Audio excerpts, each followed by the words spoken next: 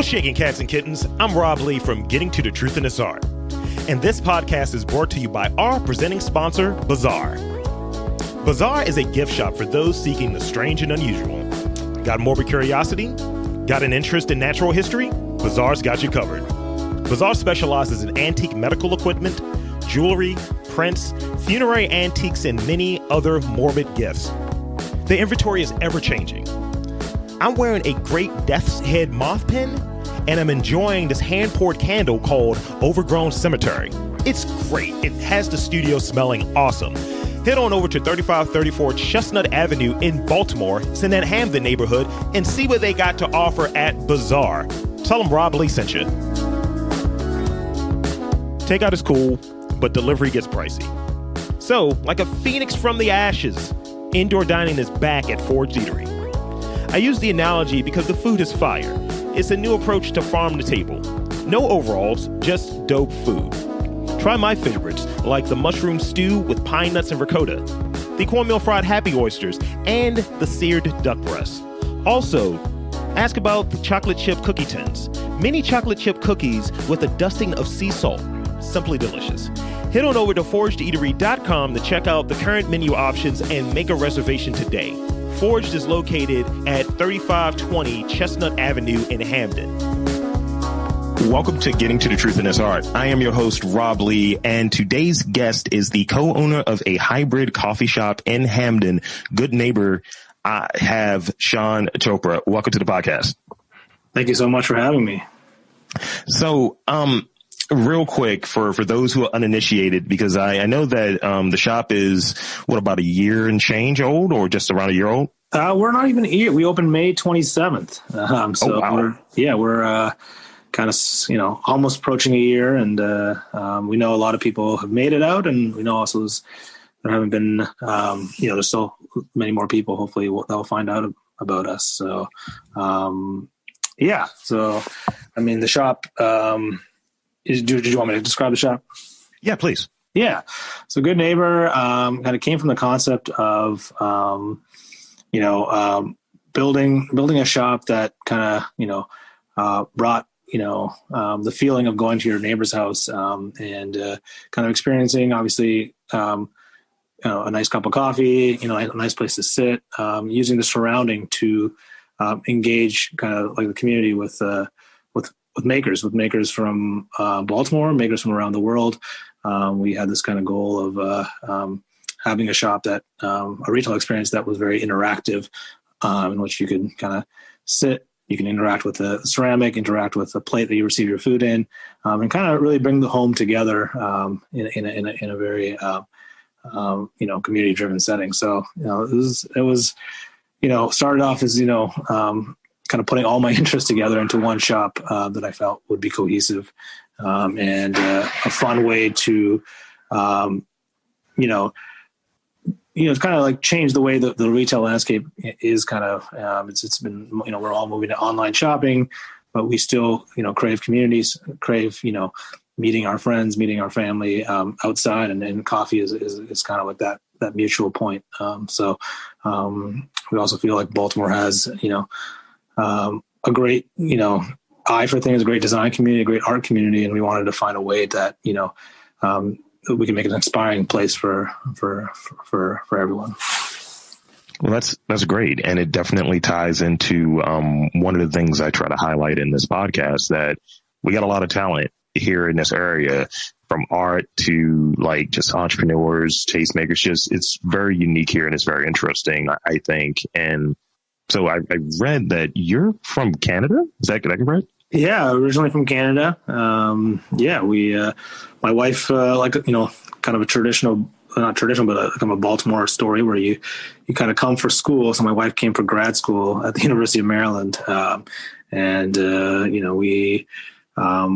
were excited. We wanted to move, and, we thought it'd be a 4-year grad school stint. I fell in love with it, and so did she. We made great, close, lifelong friends.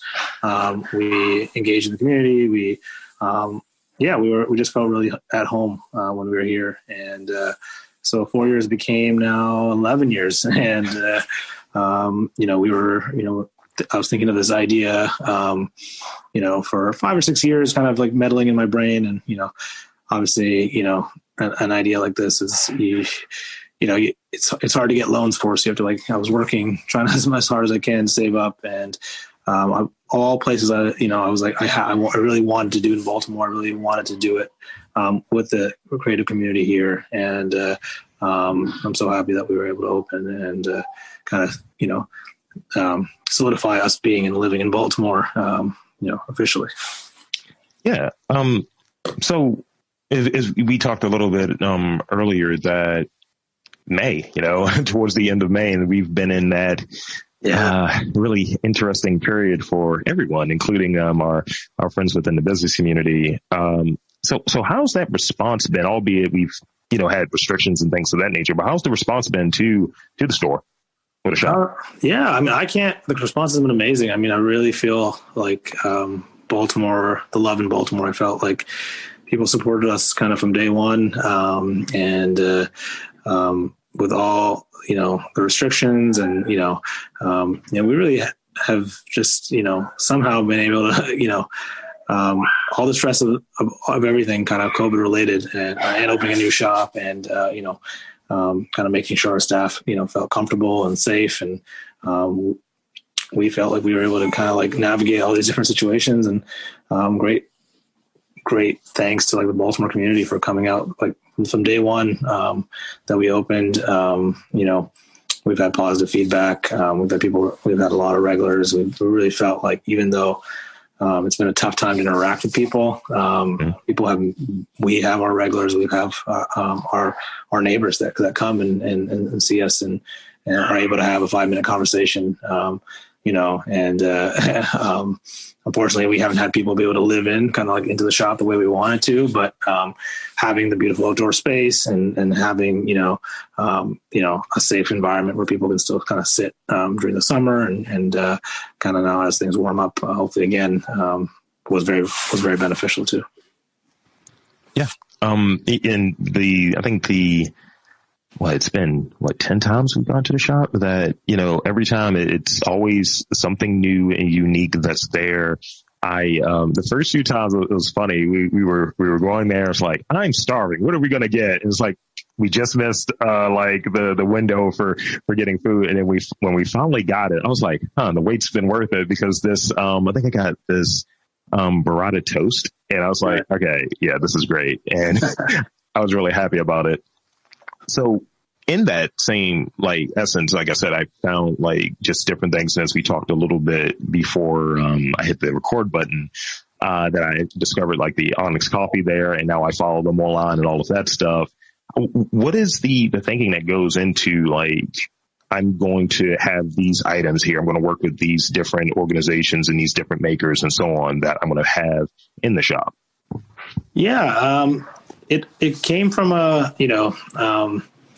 one thing I think sometimes, in Baltimore, sometimes we tend to try to leave Baltimore to go discover, go to New York, go to Philly, go to somewhere else to discover, bigger brands or brands that kind of we wish sometimes would be at home. So for us, it was we know some great brands around the U.S., around the world that are doing amazing things, but we also know that there are Baltimore people that are doing, just as amazing things. And so the goal was to kind of bring some brands that never really kind of see Baltimore on their map and never really come here or just haven't been, brought here. And so, and also show that Baltimore itself has great makers. And so it kind of we want to push the needle forward so that people locally can get inspired, and see, what different makers are doing around the world, but also realize, hey, at home we have some great creativity happening. So it's kind of colliding the two worlds together, and which we can, it feels like you don't have to leave Baltimore to get something, that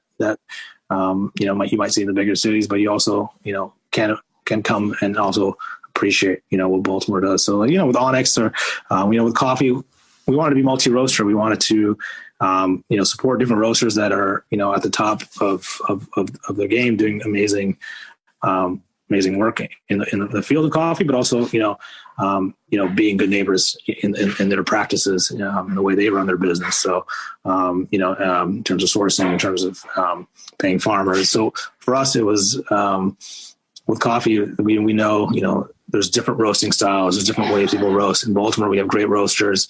And so the goal was like, let's have a Baltimore roaster. Let's have a roaster within the US. Let's try to get a roaster from around the world and just kind of, give Baltimoreans those options and let them kind of like, see what's going on. So it's kind of our approach with everything. I mean, it was, whether it's a ceramicist or a furniture maker or in terms of food, we want it to always be like, different, something different coming from somewhere else, but also something that's coming from local.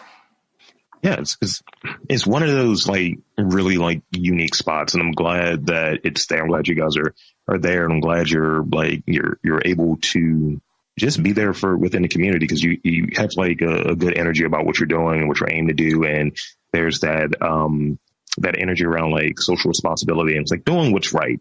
Mm-hmm. And one of the things that I tend to do, I'm always in like the Baltimore magazine, what's open, what's closed, and all of that stuff. And I think initially we were going to Hampton to get something, I forget where, and I saw like the logo, and it was like, okay, that's classy, like with the bean and I was telling my girlfriend, I was like, Mari, we'll be coming back around here soon. And she's like, what do you mean? I was like, I don't know what that place is. And then after like a few weeks, I was like, okay, more information. I was like, it's called Good Neighbor. We got to go. And that's really like what it became. And, for us, it gave us, cause I think when we first went there, it was maybe in like the holidays, and we got some like holiday gifts and stuff from there. Sure. And it was really cool. It was great. And it was just like, this is another one of those really cool, unique spots that is doing this thing despite the circumstances. And I, applaud you for that. So let's see, business. Let's talk about like what it's like, maybe an experience or an interest that kind of helped you at this stage as being an entrepreneur, like whether it be something in your past, like maybe a creative side of things, or maybe a piece of advice that you got that you like, this makes sense. I can use this in being an entrepreneur right now. Yeah. The best advice, I mean, when I think of kind of like, in terms of kind of doing a new concept or doing kind of following your dream is be patient, and do it to the 100%, the best of your ability. Like, in terms of like, it's okay to wait to have the finished product kind of like that you have in your mind, and to really, really go for it. I find a lot of times, we either want to rush something, or we're eager to get, our idea across, but we're not, we haven't put, we don't have the resources, we don't have the time, we don't have the, we don't have it fully thought out. So I think give yourself patience when you have a new idea, and when you do it, just go all in, really kind of like, if you put your heart and soul behind it, I think, and I think you see it in Baltimore. Once a business in Baltimore does something kind of like goes for it and kind of does it to the max, kind of thing. And, is okay. Is not afraid of being like, who they are and being like fully themselves, it usually succeeds, cause people in Baltimore are kind of like, they appreciate like someone putting in the full amount of effort, so it's my advice right now. I mean, is we're not there yet where we can kind of like breathe and say we're successful. We're holding on. We have good days, and we're like, as a business, it's nice to see like forward progress. But I don't want to call us like a success per se, on the business side of things. But I think me taking a couple extra years to kind of like before launching it and really trying to like work hard in my day job and try to save and really be able to like put forth my best foot forward. Although it was hard and I wanted to get my idea out, but like it really helped me like meet the right people, connect properly. And so I feel like, take your time, when it comes to business and put your everything into it. That's a good piece. That's a jewel right there. You just dropped one, because I think it is important. And especially here, like, as a lifelong Baltimorean, I think one of the things that we kind of detect early if someone's kind of like half-assing a little bit, or right. if someone's not being authentic in what they're doing or what have you. And from what you were describing, it's like, put everything into it. Put everything that if you're going to do it right, and Right. do it at your fullest. So, and that resonates. So with that kind of a segue, so coming here, what did you know about Baltimore before you like moved down here? Because that's always an interesting question. For sure. Yeah. As a Canadian, we follow kind of, American news, so, and we have family kind of living in different parts of the U.S. So we kind of, we're a little privy to Baltimore, but, when we thought of Baltimore, I mean, it was, we didn't have much, we didn't know much that was going on. We knew, the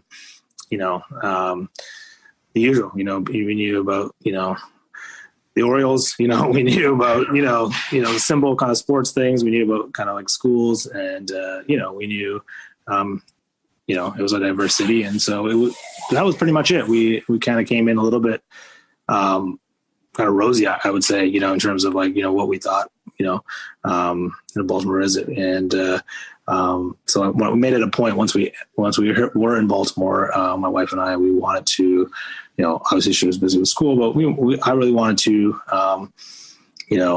learn about the city. And so my first job, and the job that I worked the longest here, I'm a physical therapist by trade. And so I worked, basically at senior homes and assisted living facilities, around the city. And so, and it was one of the best 4 years of my life, where I basically got to drive in all parts of Baltimore, different neighborhoods, and meet, working a lot with seniors, but like working with people that have been here for a long time, and I was able to, hear stories, and I was able to kind of connect with a lot of people in Baltimore, who've kind of had, different upbringings. And, so I really got to learn about Baltimore in my first, 4 years here, by working. And I would say it's like, I feel comfortable, driving and being in different neighborhoods when I was, working with these clients. And it was a way to see the city, see the, the successes of the city, see things that improvements, seeing the city as a whole, and not, kind of like, a one-sided view as much as possible. And, and we made great friends, that have been in Baltimore, and that really kind of like, gave us a kind of a full picture of Baltimore. And, so, I think initial impressions from Canada are very naive, in a lot of ways, and so I think I do think though that the impression in Canada to what Baltimore is, whereas the impression in the U.S. is Canadians actually, look at Baltimore like in a pretty impressionable and nice way, whereas I think other American cities sometimes can look down on Baltimore or look at Baltimore a certain way. So Canada is a little more forgiving in their impression of Baltimore. Like all our friends who have visited from Canada have all had an amazing time. Have all had put Baltimore high on their list of American cities. So yeah. Yeah, it's a lot of things here that often kind of you keyed in on something I thought was interesting, that full view. And I think that's the thing that gets missed. And that's what I'm trying to show. All the pockets, all the people who have like not even clout, because I don't care about clout. People who have anything that's interesting and is what's unique about it. And reading over your situation, like obviously I like the shop, but when I read that, it's like physical therapist and you're doing this. I was like, all right, cool. I see you. And an ex-girlfriend I had was a physical therapist, so it's just like, all right, yeah, you know what you're doing. It's a pretty drastic switch from kind of career wise, but it's I was always as a kid, I always was interested in art, design, architecture, and I loved retail. I love food. So to me it was I always had a creative side of me, but very traditional Indian immigrant parents, and my wife is Egyptian. So, but we both had immigrant parents who wanted us to do very stable careers and careers that were usually healthcare related or something, and it's like the doctor, lawyer, engineer kind of thing, and but I also had a creative side of me, and so it was itching since I was young to do something, and so over the years, I just started appreciating other creatives, other makers, other designers, other artists. And, it was with that I realized that, like, I could potentially, be able to showcase their work and showcase, my appreciation for other amazing and talented people. And that was my kind of, hopefully my gift of like bringing those kind of spaces together and those people together. So, it took a lot of courage to pivot out of like a stable career, and kind of, but I obviously feel super, privileged and blessed to be able to do that, after 10, 15, like 12 years of working, I was able to kind of like, I still feel very grateful that I was able to try this out. You know what I mean? Yeah, absolutely. I mean, I think some people want that opportunity to say, I want to make my own lane and do my own thing. Yeah. And not everyone gets that opportunity, regardless of how good the idea is. And you touched on it earlier, where it's like, how can I like pitch this to someone? How can I pitch this idea to someone to get funding and so on? And, some of the stuff that I try to do, whether it be with this, whether it be with content creation, I'm in the space where it's just starting to get like grants and things like that. I'm like, okay, positive traction, good. Right. But being able to really sit there and break down and justify what I'm doing for money, it's just like, I don't know if entrepreneurship works for me in that way, because it's scary. Yeah. It's tough. I mean, it's tough out there. I mean, it's, it's not easy to, it's not easy to basically kind of like, once you to save money to do something, it's hard, and it's not easy to get funding for a lot of things. It's a lot of times they want to see success before they give you money, right? So so it's I knew that kind of like just going in, and I was like, well, if I keep working and put away this much as I can every year, and then then you have the courage, you got to risk it all, on something that you really believe in, and it's scary. So it's still scary, right? I'm still in it right now. So, but having supportive, home life and family really helped. That's great. So, one of the things, I don't know if you've had a chance to listen to any of the episodes, one of the things I like to do after I give my last question, and we're up on my last question, so you're off the hot seat almost. So in that last question, after the last question, I like to give a person the shameless opportunity to shamelessly plug. So website, all of that stuff, hit it. But so I like music, and I always steal from people when they say, oh, this is what I've been listening to. So for you, what's the last song that you've listened to, or the last one that you kind of have in your head? Yeah, that's good. I've been listening to, I'm going to give you two because, please. So one of the songs I've been listening to as a kid is, so my son, he's 7 months old. There's a little thing called a Jolly Jumper. It's like a little thing you throw your kid in and they can bounce. It's kind of like looks kind of scary, but he loves it. And so I've been playing him, old like Indian Bhangra, so dance music. So he's been loving that. So there's a song called Balle Balle by it's an Indian rapper called Punjabi MC who's done like obviously. Oh, I know. Yeah. He's done some other.